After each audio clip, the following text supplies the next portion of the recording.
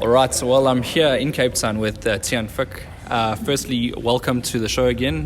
We've done a bunch of post-fight interviews with you, probably the first time we actually came to the gym and did well, myself personally, Deep has. How are you feeling first and foremost? I'm feeling fantastic, man. I'm feeling great. I'm feeling expectant, and at this point I think all roads lead to Rome. So everything has kind of come full circle at the end of the day, and I'm excited it's happening, man. For a few seconds earlier the year, I didn't think this opportunity is ever going to come around afterwards. So I'm very grateful. I want to ask you about what before we even get to Joshua Pretorius, that freak incident that went viral for all the wrong reasons. It's a bit funny, it's not a bit funny to some people. What is your take on it?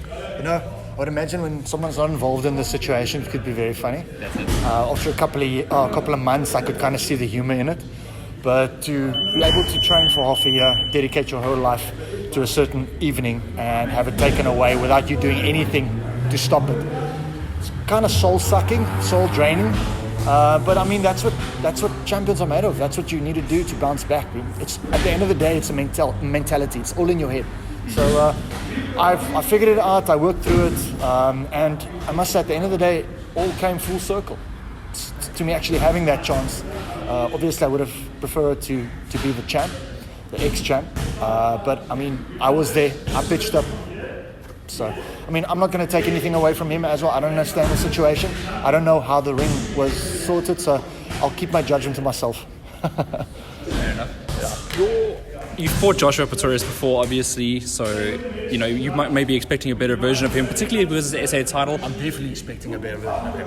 I know it's your dream to win the SA title. There's a whole story behind that. We've covered it before, but do you expect him to be better? I definitely expect him to be better. I mean, he's already faced me once. He's had 8 rounds to kind of gauge my range, see my reactions, see the way I fight, and he's definitely going to be better. He's trained. I mean, every time a guy spar first time, there's a little shakiness, but the second time is a lot more confidence. So I believe he's got a little tricks up his sleeve. I mean, Josh Pretorius himself is a great guy. He's very committed. He lives a very how do you call it? He's a great guy, and he lives a very adrenaline rushed life, surfing, catching crocodiles for a living. So I heard. And I'm sure he's going to create he's going to be much more fine-tuned than what he was yesterday. And I think a little bit he underestimated me, just a tiny bit. But I think the message went home. I'm going to have a proper opponent by end of November. I need to be very light on my feet, and I'm going to see those overhands coming, seeing he needs to cover the distance. So, but we're training as well for all of that. So we've got our contingency plans. What sort of advantages do you have over him? Obviously, it's pretty obvious the reach. I think I've got a little bit more experience, I would reckon. He doesn't have 8 fights yet, I think. But he's got a dad behind him that's got a lot of belief in him and himself. And that is a big thing. I know because of a lot of things I did with my father, because of my father. It's a big drive to have him in the corner looking at you. So I'm sure he's going to have that extra energy. Me, on the other hand, preparing for him, and what I have above him, obviously the reach. I'm quite tall, and I like fighting from a point of reach. So as he's going to have to close the distance, I'm going to have to punish him for it. So and I'm good with that counter shot. So it's going to be a very interesting competition. I think the first knockdown in the fight was a slip by him. The second round was more of a knockdown, and I'm excited for this. I think it's destiny in a way for me to get in that ring and finally do what I needed, what I've promised I'm going to do a couple of years ago. So yeah. Okay, so last time, this is just a question from me. So last time we spoke, you happened to mention that there was some prospects to maybe go to Las Vegas.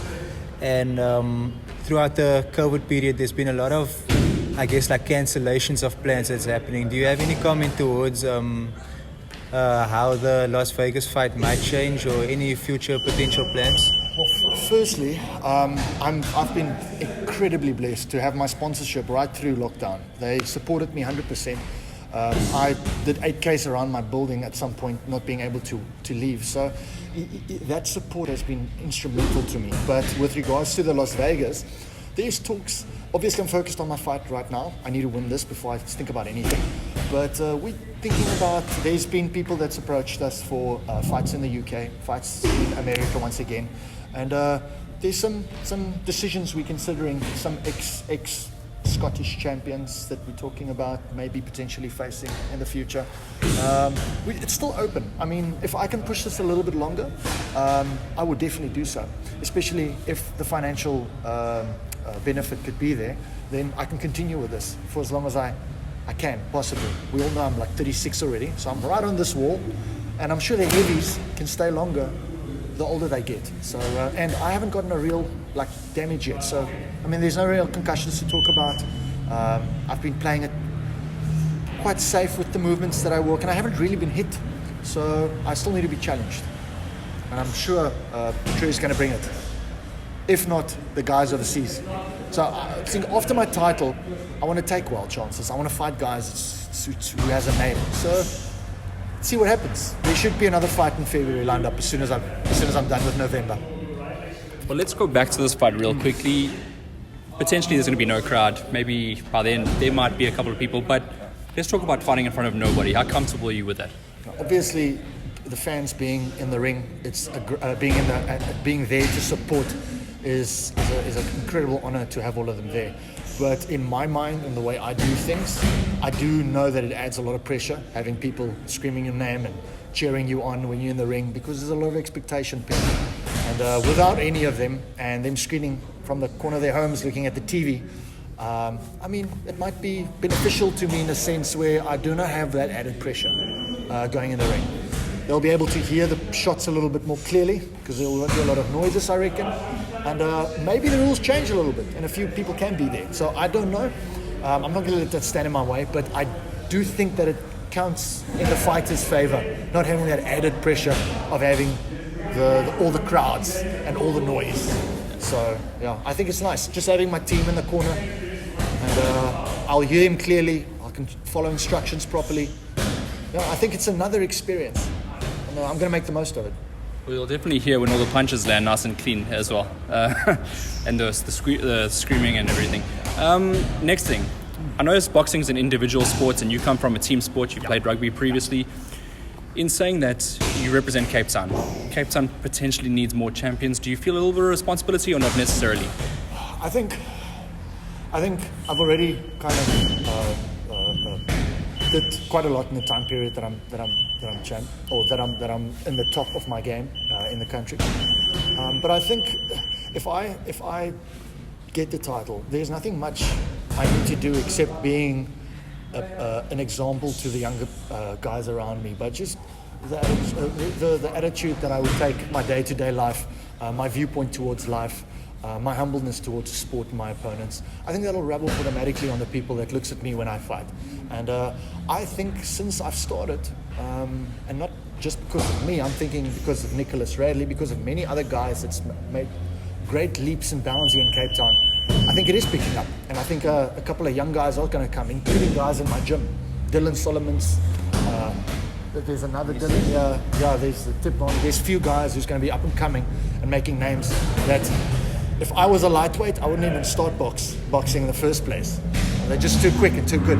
But yeah, I think my work will automatically be done in order to get other people motivated. All I just need to be is myself. I think the last question I have to ask for you is with regards to what you touched on with Western Cape boxing and people getting big over here. So there's the Abdullah Aziz and Baby Jake Bangata fight happening. What's your opinion on the fight, or what do you think it might mean to Western Cape? Baby Jake is a huge following.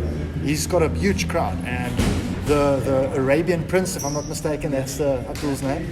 He's a great fighter. He's a great kid. He comes from a humble background where he had to take a lot of adversity. So the whole story that he has behind himself, it's a beautiful story, man. And I think you'll draw a very much a mature crowd from Baby Jake and the up-and-coming new guys within Abdul. So I'm very much looking forward to see that fight. Hopefully I'll be able to see it, and I won't be in the ring, well, in the back line being prepped for my fight. So I expect it to be a barn burner, man. I think Abdul is a great talent. I haven't seen too much of Baby Jake's, but I've met Abdul many times. And absolute legend. He'll be a great representative of the sport in Cape Town. So what would your message be for Joshua Pretorius if you guys stepped in the ring? Brother, let's run this back again. We already battle brothers. We've already got in the ring and clapped each other. And let's just do this again. I mean, he's as honourable as any fighter that I've met and exchanged with. I peculiarly like him and his background and what he comes from and what he stands for. So this will be a great, honourable fist flying, lunchboxes throwing fight, and I'm sure he's going to try to knock me out. Because last time I was a little bit out of range of him, so keen to see what he has. So Pal, you already know what you're going to bring, so I'll be ready, and I hope we can have a fat beer afterwards, man. Yeah, that's good friendship. The coastal, it's not really a coastal war, it's more of a coastal battle. Yeah, of course. And then lastly, do you want to thank anybody?